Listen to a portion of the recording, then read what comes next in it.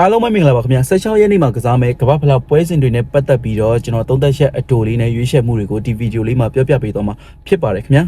ပြင်သစ်နဲ့စီနီကောပွဲစဉ်အတွက်ဆိုရင်ပြင်သစ်ကဒီပြိုင်ပွဲအတွက်အရန်ကိုရေပန်းစားတဲ့အသင်းတစ်သင်းဖြစ်တာမှန်ပါတယ်ဒါပေမဲ့ကျွန်တော်အနေနဲ့တော့ဒီအမ်ဘာပေရဲ့အကောင်းဆုံးပုံစံကိုဒီလက်ရှိပေါ့နော်သူကြုံတွေ့ခဲ့ရတဲ့ပြီးခဲ့တဲ့ရာသီမှာဒီဝေဖန်မှုတွေအများကြီးကြုံတွေ့ခဲ့ရတယ်အဲ့ဒီအရာတွေပြီးရတော့အမ်ဘာပေရဲ့အကောင်းဆုံးပုံစံကိုရနိုင်မလားဆိုတော့ကိုစောင့်ကြည့်ရှင်ပါသေးတယ် Ivory Coast နဲ့ကစားခဲ့တဲ့ခြေစမ်းပွဲတုန်းကလည်းပြင်သစ်တို့ရုန်းကန်ခဲ့ရတာကိုမြင်ခဲ့ရပါတယ်ဆိုတော့ဒီပွဲမှာကျွန်တော်စီနီကောအသင်းကိုရွေးချယ်ပေးခြင်းပါတယ်ခင်ဗျာဒီရက်ပွဲစဉ်ဖြစ်တဲ့ Iraq နဲ့ Norway တို့ရဲ့ပွဲစဉ်အကြောင်းပြောပါမယ် Norway ရဲ့ချွေရောင်မျိုးဆက်အပေါ်ကိုတော့ကျွန်တော်ဒီပြိုင်ပွဲအတွက်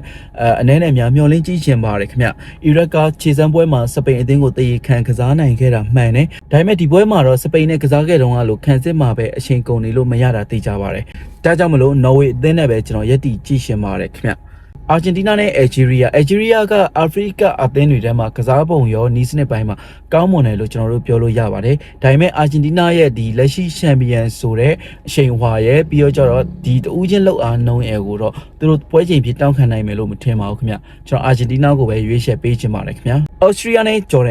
န်ကလက်ရှိကမ္ဘာဖလားအတွက်နောက်ထပ်အိမ်ဖြစ်အသင်းတစ်သင်းလို့ကျွန်တော်တို့ပြောလို့ရပါတယ်။ခြေစွမ်းပိုင်းအရာအာရှအဆင့်မှာတော့မှအရန်ကြီးထိပ်တန်းအဆင့်မှာရှိနေတဲ့အသင်းမျိုးမဟုတ်ပါဘူးခင်ဗျ။ဩစတြီးယားကရန်နီရဲ့လက်ထက်မှာအရန်ကိုတောင့်တင်းမာကြောနေတဲ့အသင်းဖြစ်ပြီးတော့